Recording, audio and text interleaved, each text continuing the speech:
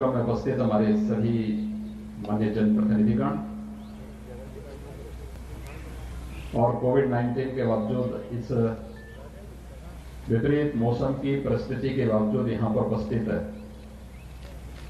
सभी हमारे सम्मानित अधिवक्ता भाइयों बहनों, मैं ज्ञान, आस्था और न्याय की इस धरती को कोटि कोटि नमन करता हूं और आभार व्यक्त करता हूं बार काउंसिल का और इलाहाबाद बार एसोसिएशन का, जिन्होंने आज इस अधिवक्ता समागम के माध्यम से मुझे आप सबके बीच में आने का अवसर दिया है।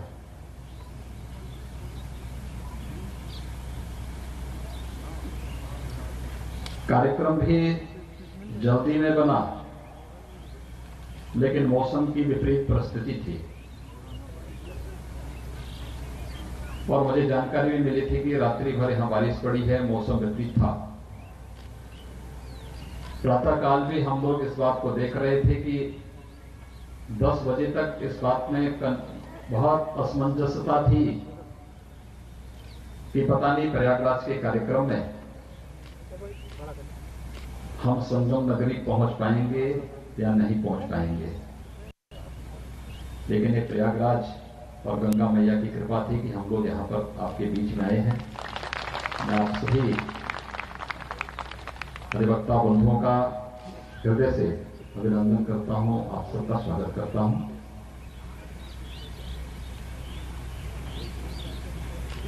अधिवक्ता समाज, जैसे हमारे विधि और न्याय मंत्री ने कहा ही, वह एक विश्वास का प्रतीक है। जब व्यक्ति स्वप्नों से हारता है तो वह भौतिक रूप से एक अधिवक्ता की शरण में जाता है। यानी आपका जो प्रतीक है, आपका जो वेशभूषा है, ये विश्वास का प्रतीक है और ये विश्वसनीयता जब तक बनी रहेगी तब तक न्यायपालिका पर आम जन का विश्वास बना रहेगा और इस विश्वास को बनाए रखना हम सबका बहुत बड़ा, पूरी हमारी प्रतिबद्धता होनी चाहिए इन सब के प्रति। अधिवक्ता समाज का बहुत बड़ा योगदान है समाज के निर्माण में, भारत की स्वाधीनता में और समाज को जागरूक करके एक यशस्वी नेतृत्व देने में भी। प्रबुद्ध समाज होने के नाते समाज की हर ज्वलंत समस्या में मुखरता के साथ उसके समर्थन में, अगर वो लोक कल्याणकारी है, राष्ट्र कल्याणकारी है, तो उसके समर्थन में खड़ा होना। अगर वह लोक कल्याणकारी नहीं है, राष्ट्र कल्याणकारी नहीं है, तो उसके विरोध में मुखर होकर के आवाज भी उठाना और उस व्यवस्था को एक नेतृत्व देने के लिए अधिवक्ता समाज ने सदैव से एक बड़ी भूमिका का निर्वहन किया है। उस बड़ी भूमिका के लिए सदैव अधिवक्ता समाज को अपने आप को तैयार रखना पड़ेगा। परंतु भारत की संसदीय लोकतंत्र की प्रणाली हर एक इस व्यवस्था के जो अंग हैं उसके लिए एक लक्ष्मण रेखा है और जब तक एक दूसरे का सम्मान करते हुए हम अपनी लक्ष्मण रेखा का पालन कर रहे हैं तो भारत का लोकतंत्र यशस्वी होता हुआ आगे बढ़ेगा, दुनिया के सामने उदाहरण प्रस्तुत करता हुआ दिखाई देगा।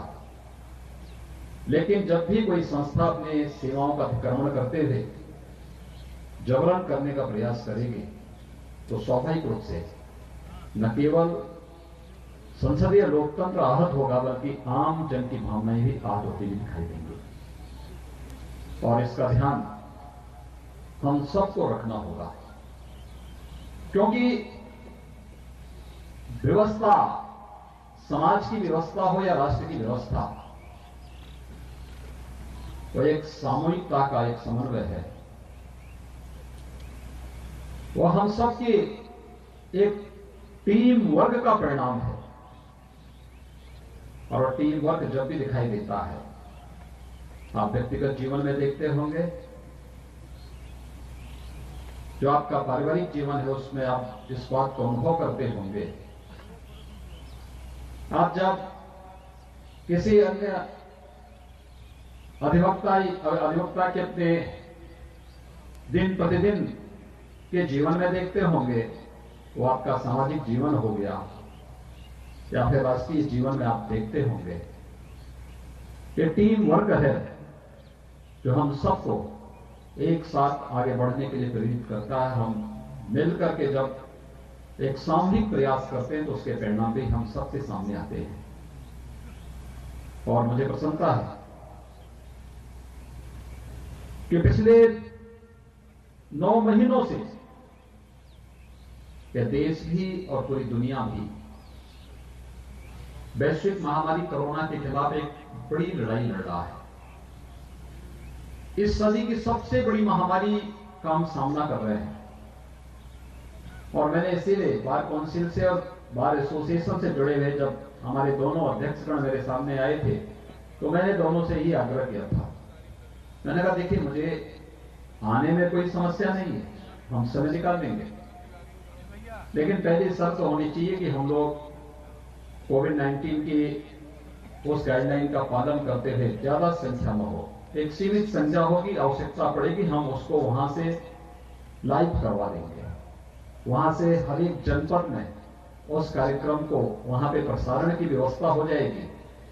लेकिन एक जगह ज्यादा जमावड़ा जब होगा तो स्वाभाविक रूप से उसकी एक कोविड-19 के संक्रमण को वो मदद कर सकता है। इसलिए हमें कोविड-19 के संक्रमण को हर एक स्तर पर तोड़ना है। और मुझे बताते हुए प्रसन्नता है, पता नहीं अन्य लोग किस रूप में इसको समझते होंगे, लेकिन मैं इस प्रयागराज में बताते हुए मुझे प्रसन्नता है कि देश के अंदर सबसे बड़ी आबादी का राज्य होने के बावजूद उत्तर प्रदेश ने कोविड प्रबंधन में सबसे अच्छा परिणाम पूरे देश के अंदर दिया है।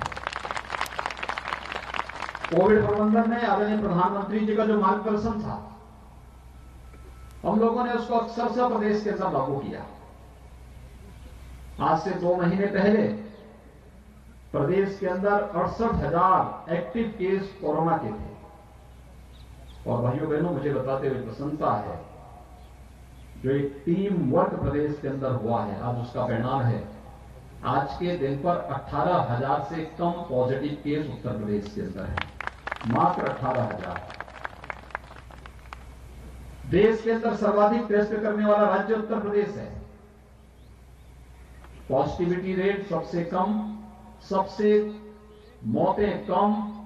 अगर दिल्ली से हम इसकी तुलना करें, उत्तर प्रदेश की आबादी है 24 करोड़ की और कुल कोविड से मौत हुई है पिछले 10 वर्षों में कुल 8,000। और दिल्ली की आबादी है 2.25 करोड़ और मौत हुई है 10,000। आप अनुमान कर सकते हैं कोविड प्रबंधन किस तरीके से उत्तर प्रदेश ने इतने बड़े राज्य को बचाने के लिए किया है। यह एक बेहतरीन उदाहरण है जो आज उत्तर प्रदेश प्रस्तुत कर रहा है देश के सामने भी और दुनिया के सामने भी। और यही कारण है, कम से कम महत्वपूर्ण संस्थाओं में बैठे हुए लोगों को इस बात की जानकारी होनी चाहिए कि दुनिया के अंदर कोविड प्रबंधन के लिए WHO, जो दुनिया की शीर्ष संस्था है स्वास्थ्य की, वह भी उत्तर प्रदेश के कार्यों की सराहना करने से अपने आप को रोकती नहीं है। उत्तर प्रदेश ने बेहतरीन प्रबंधन किया है। अगर जिसको ये दिखाई नहीं देता, कम से कम सब पब्लिक डोमेन में है, उसको देखें और उसको एक बार जानेंगे तो उन्हें बहुत कुछ नजर आ जाएगा कि उत्तर प्रदेश में कोविड प्रबंधन में क्या कुछ किया गया है। लेकिन ये सब संभव हो पाया है प्रधानमंत्री मोदी जी के मार्गदर्शन में और आप सभी लोगों के सामूहिक सहयोग और प्रयास से। अकेले सरकार कुछ नहीं कर पाती अगर हमें समाज के प्रबुद्ध जनों का सहयोग नहीं मिलता, अगर हमें एक सामान्य नागरिक शासन की टीम काम कर रही थी, प्रशासन काम कर रहा था, हमारे स्वास्थ्य कर्मी काम कर रहे थे, हमारे स्वच्छता कर्मी काम कर रहे थे, हमारे पुलिस के जवान काम कर रहे थे। लेकिन इन सब के साथ सबसे बड़ी भूमिका थी पब्लिक की, जो उस अनुशासन के साथ जुड़ करके कार्य कर रहा था। और ये अनुशासन हमें तभी देखने को मिला था जब 22 मार्च को जनता कर्फ्यू का आयोजन किया गया था। आपने देखा होगा जनता कर्फ्यू में एक एक व्यक्ति उसमें सहभागी बना था, प्रत्येक ने सहयोग किया था और सबने संकल्प लिया था कि हम इस महामारी के खिलाफ लड़ेंगे। और मुझे लगता है इस सदी की सबसे बड़ी महामारी का सफलतापूर्वक मुकाबला, आंकड़े अगर आप उठा करके देखेंगे, क्योंकि आप अधिवक्ता हैं, आपको हर एक स्तर पर न्यायपालिका में भी और न्यायपालिका के बाहर भी बहस करना पड़ता है, मुद्दों को देखना पड़ता है। और मैं चाहूंगा एक बार आकलन करिए, देखिए सामान्य दिनों में कितनी मौतें होती थी और कोविड-19 की इस महामारी के दौरान मौत के आंकड़ों में कितना परिवर्तन आया है। अगर आप ये देखेंगे तो सामान्य दिनों की तुलना में कम मौतें हुई हैं और ये आंकड़े इस बात को प्रदर्शित करते हैं कि लड़ाई हमारी बहुत अच्छी दिशा में जारी है। भारत कोविड के खिलाफ अपनी लड़ाई को विजयी की ओर लेके जा रहा है और अगले महीने जब कोविड-19 का वैक्सीन आएगा तो फिर हर एक व्यक्ति तक व्यवस्थित तरीके से उसे पहुंचाने की कार्रवाई उसी तर्ज पर हम लोग करने की तैयारी कर चुके हैं। ये कोविड-19 के खिलाफ लड़ाई ये केवल एक आपदा के खिलाफ लड़ाई नहीं, मुझे लगता है इसने हमें बहुत कुछ जानने सीखने का अवसर भी दिया है। व्यक्तिगत जीवन में हम लोग इस बात को महसूस करते हैं।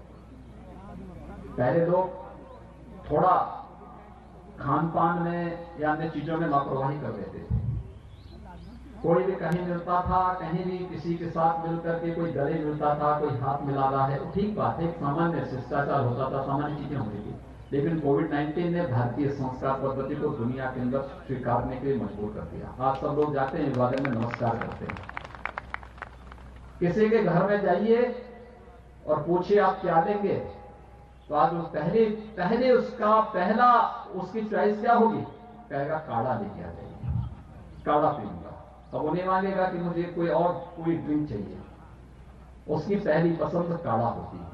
तो काढ़ा भारत पता नहीं, तो यहां पे तो महर्षि भारद्वाज का आश्रम भी है। प्रयागराज तो पिछले यानी दुनिया ने जब सभ्यता और संस्कृति नहीं सीखी थी तब प्रयागराज ने ज्ञानोदय का प्रकाश प्रयागराज की धरती ने दुनिया को दिया था। महर्षि भारद्वाज का आश्रम और उनका गुरुकुल इस बात का उदाहरण है। यानी हजारों वर्षों से उस परंपरा के साथ जुड़कर के दुनिया को एक नई दिशा देने का कार्य ये धरती दे रही है। ये हमारी धरोहर है, इस पर हमें गौरव की अनुभूति करनी चाहिए और उस परंपरा को लेकर के आज हम सब सामूहिक रूप से प्रयास कर रहे हैं। भारत एक अच्छी दिशा में जा रहा है। प्रधानमंत्री मोदी जी का यशस्वी नेतृत्व इस देश को हर एक क्षेत्र में विकास की एक नई बुलंदियों को ले जाने के लिए तत्पर दिखाई दे रहा है। और आज 6 वर्ष पहले तक जिस भारत के बारे में मान्यता थी कि भारत दुनिया के देशों का पिछड़ा को है, वही देश 6 वर्ष के अंदर दुनिया को नेतृत्व देता हुआ दिखाई दे रहा है। आज यूरोप भारत को फॉलो कर रहा है, आज अमेरिका भारत को फॉलो कर रहा है, आज दुनिया की बड़ी बड़ी ताकतें भारत की तरफ देखती हैं, भारत क्या कर रहा है, उसके अनुरूप फिर भारत दुनिया के सामने एक नई नजीर प्रस्तुत करता हुआ दिखाई देता है। यह आत्मनिर्भर भारत का जो प्रधानमंत्री मोदी जी का भारत के प्रत्येक नागरिक को, भारत को दुनिया की एक ताकत के रूप में रखने का, आगे ले जाकर के नेतृत्वकर्ता के रूप में आगे बढ़ाने का संकल्प है, यह आत्मनिर्भर भारत भी उसका आधार बनेगा। और आत्मनिर्भर भारत का यह आधार कोई बनेगा तो हमारी परंपरागत उत्पाद बनेंगे। इलाहाबाद के अमरूद बहुत महसूस थे। मैं नंदी जी से यही बात कर रहा था।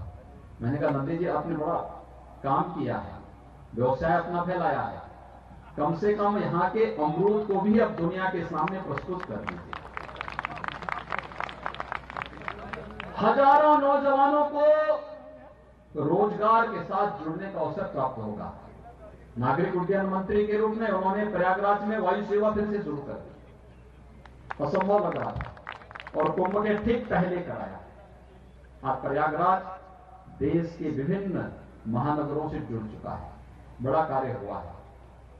और आत्मनिर्भर भारत का आधार बनने वाला हमारा परंपरागत उत्पाद कैसे आगे बढ़ सकता है, सिद्धार्थनाथ सिंह जी के नेतृत्व में ही हम उस योजना को वन डिस्ट्रिक्ट वन प्रोडक्ट की इस योजना के माध्यम से दुनिया के सामने भारत के उत्पाद को लेकर के जा रहे हैं। कितनी लोकप्रिय हो रही है, कोई सोचता भी नहीं था।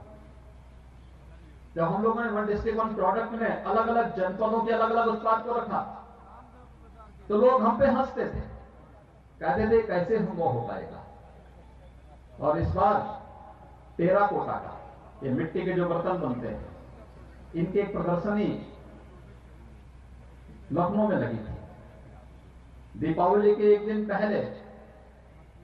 उसमें से एक जो हस्तशिल्पी थे उसको लेकर के मेरे पास आए थे, मुख्यमंत्री आवास पे आए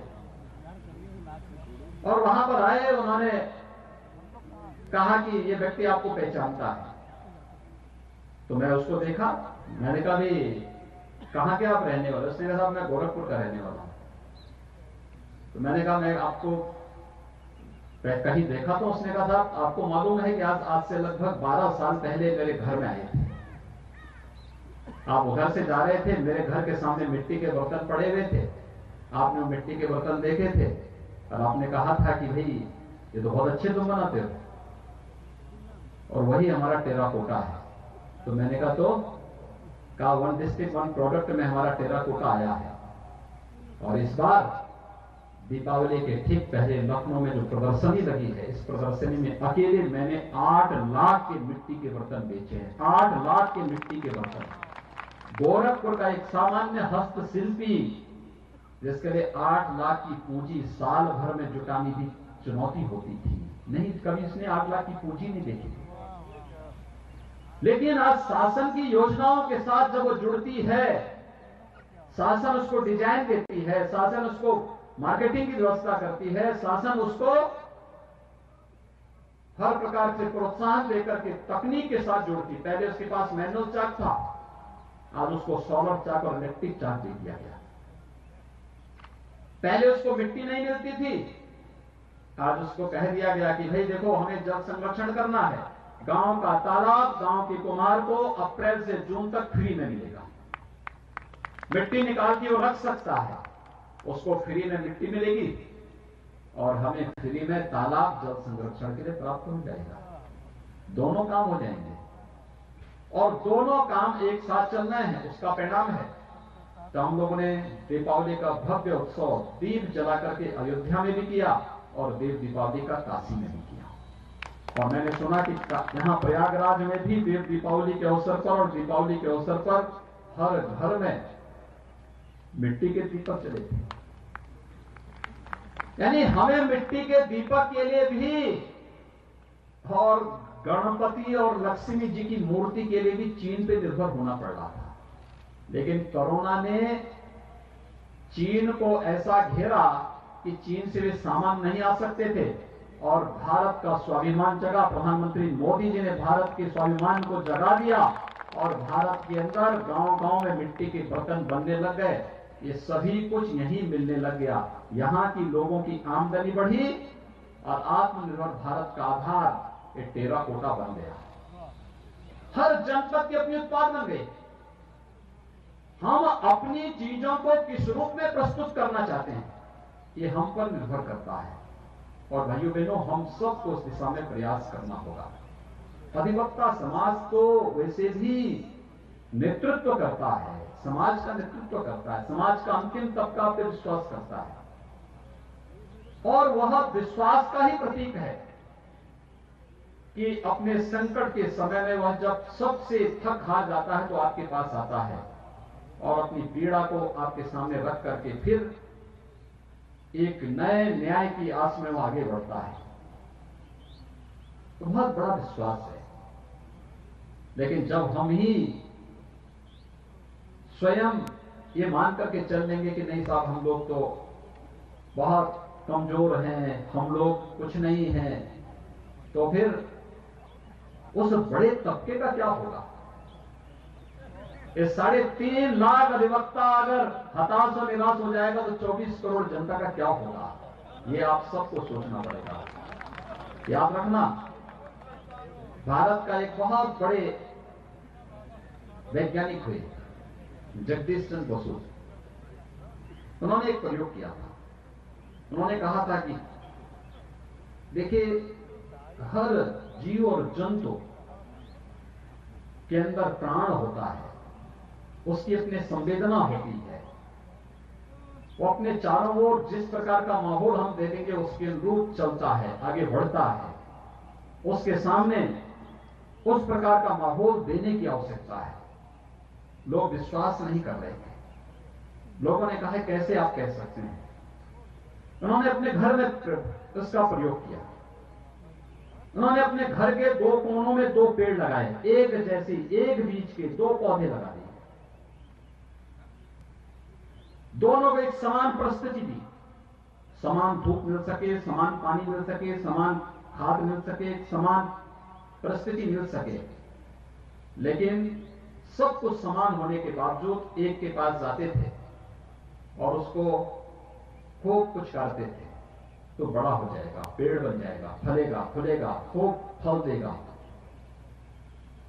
लोग तुम्हें लंबे समय तक तुम्हारी छाया के नीचे बैठेंगे। और दूसरे को दुत्कारते थे तो निकम्मा है, निठल्ला है, कायल है, कमजोर है, किसी लायक नहीं है। उन्होंने देखा एक समय के बाद जिसको पुचकारते थे वो फल फूल करके बड़ा पेड़ बन गया, जिसको दुत्कारते थे वह एक समय के बाद सूख गया, नष्ट हो गया, उसकी तीसरी हो गई। ये केवल पेड़ पौधों के बारे में ही सही नहीं है, इस जीव सृष्टि के बारे में।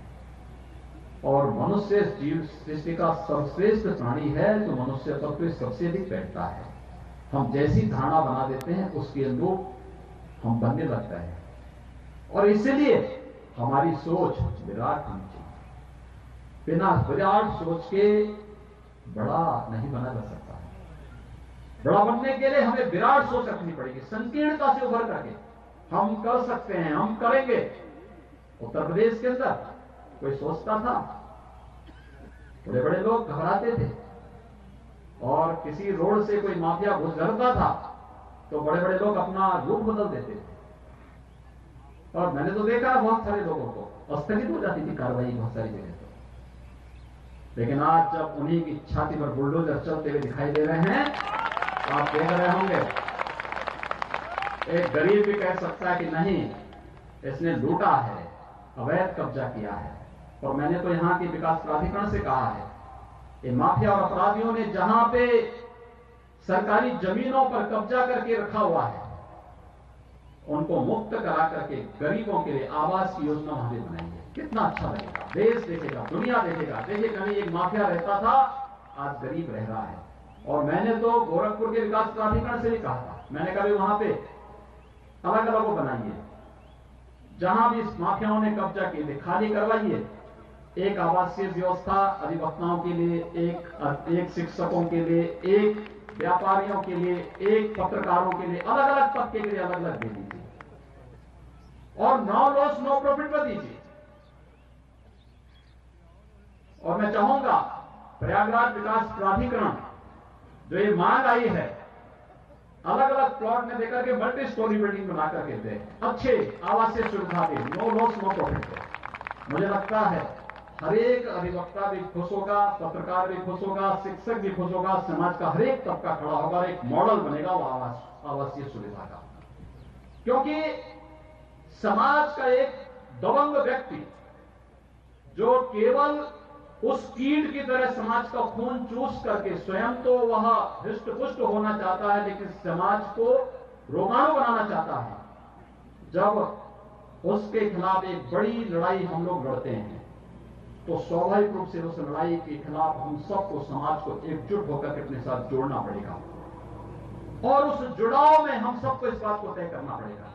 और मैं चाहूंगा प्रयागराज विकास प्राधिकरण ने नगर निगम ने मिलकर के एक अच्छी पहल को आगे बढ़ाया है, यहां के जिला प्रशासन ने अच्छी पहल को आगे बढ़ाया है। कुछ ऐसे मॉडल खड़ा करिए आवासीय उसकी। इन अधिवक्ता बंधुओं को मांग करने की आवश्यकता ही नहीं पड़नी चाहिए। एक कार्यक्रम स्वतःस्फूर्त भाव के साथ आगे चलने चाहिए, स्कीम निकालिए। और कुछ चीजें ऐसी हैं जहां पे उनसे मुनाफा उनसे मत कमाइए, उसको नो लॉस नो प्रॉफिट पर ही दे दीजिए। मुझे लगता है कि कम से कम अधिवक्ता की जमीन पर तो अब कोई माफिया कब्जा करने का दुस्साहस नहीं कर पाएगा अगर आवास आप इनको बना के देंगे। कुछ तो करना पड़ेगा।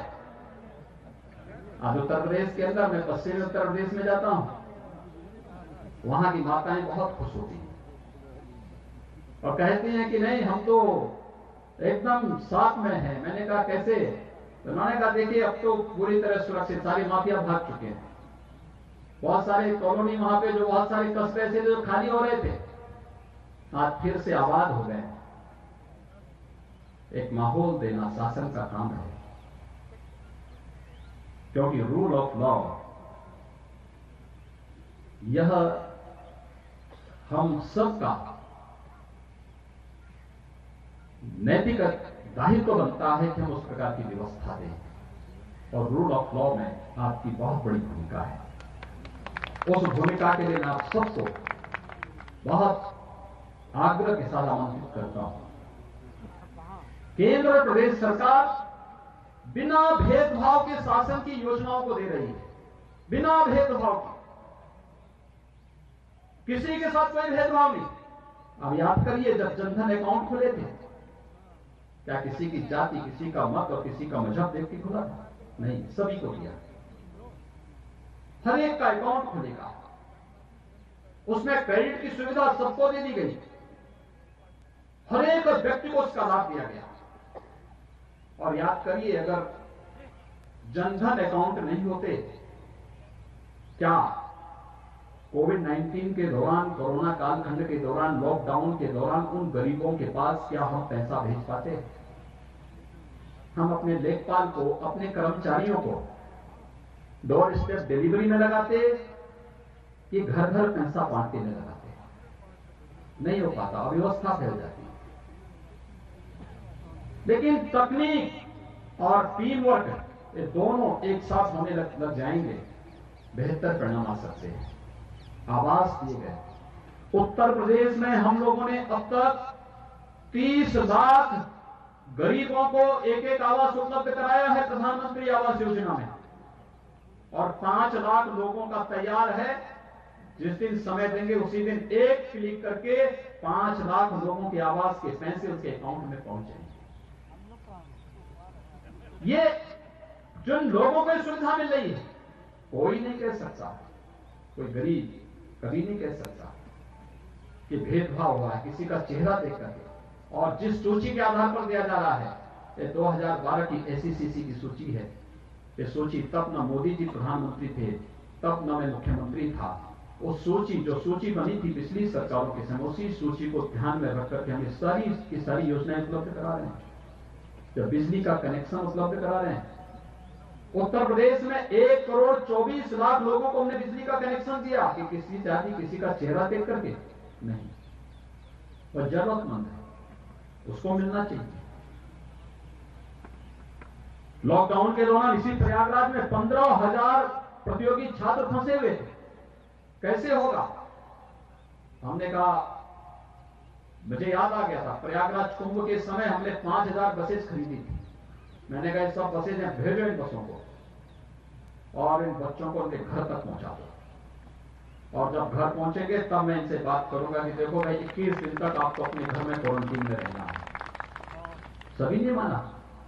कोटा में फंसे हुए हमारे बच्चे, लोग कहते थे हम नहीं लाएंगे।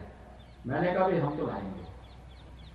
हमने सभी बसेज भेजी, एक साथ सभी 14,000 बच्चों को वहां से ला करके जब हम लोग उनके घरों तक पहुंचा दिए, तब अन्य राज्य सरकारें हमसे कहने लगी हमारे बच्चे भी फंसे हैं, आप अगर बस उपलब्ध करा देंगे तो। मैंने कहा ये बस उत्तर प्रदेश के लिए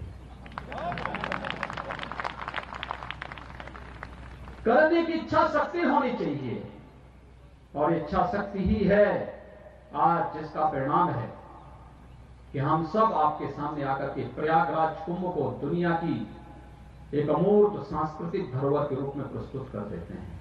भाइयों बहनों, आप तो प्रयागराज से आपका संबंध किसी का दशकों से होगा, किसी का वर्षों से होगा। कुंभ का मतलब क्या मान लिया था हम लोगों ने?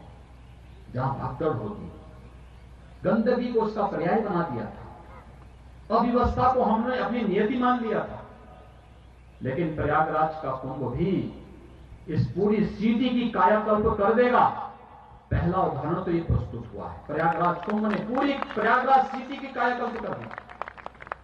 तो ठीक है, मैं धन्यवाद दूंगा प्रयागराज के लोगों को, असीम सहनशीलता का परिचय दिया, तोड़ फोड़ हुई, एक भी परिवार कंपनसेशन के लिए नहीं आया।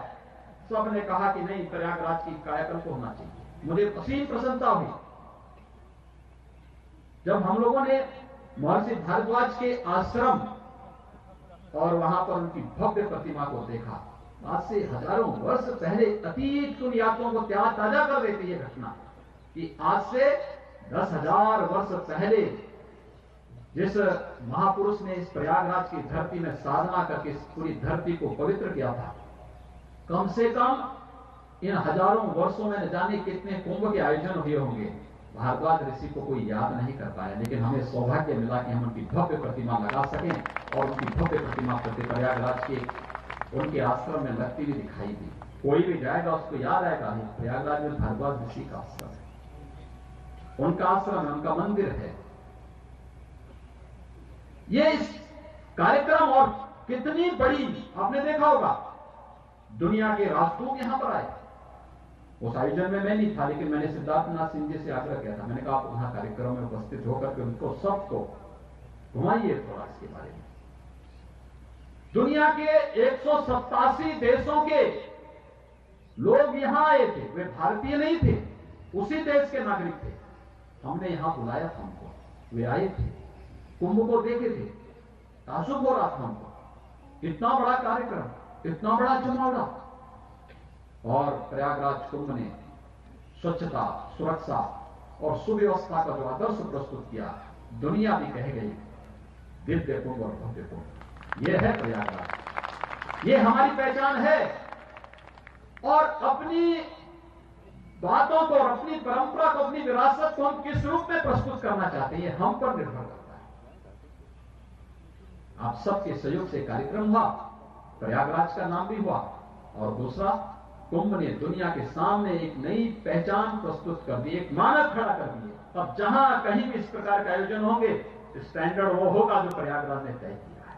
प्रयागराज का स्टैंडर्ड सबके सामने एक मानक के रूप में होगा। ये मानक हमें तय करने पड़ेंगे हर एक फील्ड में। और मुझे लगता है जब भी हम इस प्रकार के कार्यक्रमों को आगे बढ़ाने का कार्य करेंगे, तो भाइयों बहनों, उसके परिणाम हम सबके सामने आएंगे। लोग उसको उसी रूप में स्वीकार करने का, उसी रूप में स्वीकार करेंगे। और मैं इसीलिए आपसे कह रहा था, कोई भी हीन भावना हमारे मन में नहीं, कभी नहीं होनी चाहिए। शासन तैयार है आपके साथ बैठने को, हर एक स्तर पर उन समस्याओं का समाधान करने के लिए। और मैंने तो एक बात कही है, मैंने कहा देखो, सरकार की नीति गन पॉइंट पे काम करने की नहीं होती है। कोई जबरदस्ती तान करके लगाया कि नहीं ये काम होगा ही होगा, तो हम कह देंगे कि हम तो पहले गरीब को देखेंगे। लेकिन अगर कहेगा कि नहीं, बैठ करके हम चाहते हैं कि सौहार्दपूर्ण माहौल में एक व्यवस्था आगे बढ़नी चाहिए, सरकार दोनों हाथ आगे फैला करके आगे आएगी, आइए हमारे साथ बैठिए ना, समाधान का रास्ता हम निकालेंगे, आपसे आपके सुझावों के आधार पर निकालेंगे, और वह समाधान का रास्ता निकालने की कार्रवाई किस रूप में आगे बढ़ती है। आपने देखा, मैंने तो आपकी आवासीय समस्या का एक झटके में समाधान आपको दे दिया। आप तो सोच ही रहे थे, हम पहले ही कर चुके कार्य, पहले ही इस कार्यक्रम को हम आगे बढ़ा चुके हैं, और अच्छा होगा, इस कार्यक्रम को आगे बढ़ाना चाहिए, बहुत अच्छे ढंग से होगा, कहीं कोई समस्या नहीं आने वाली, क्योंकि हर एक व्यक्ति को अच्छी आवासीय सुविधा देने की कार्रवाई होनी चाहिए। अकेले शहरी क्षेत्रों में पिछले 3 वर्ष के दौरान हम लोगों ने 14.5 लाख गरीबों को, जो शहरी क्षेत्रों में दिए है, ग्रामीण क्षेत्र का अलग है, 14.5 लाख गरीबों को एक प्रधानमंत्री आवास दिया है। आप अनुमान कर लीजिए, इन लोगों को पहले भी दिया जा सकता था, ये आवास की सुविधा पहले भी दी जा सकती थी, लेकिन पिछली सरकारों को फुर्सत नहीं थी। गरीब उनके नारे में तो थे, लेकिन गरीबों के लिए योजना नहीं थी, उनके लिए कोई कार्यक्रम नहीं था।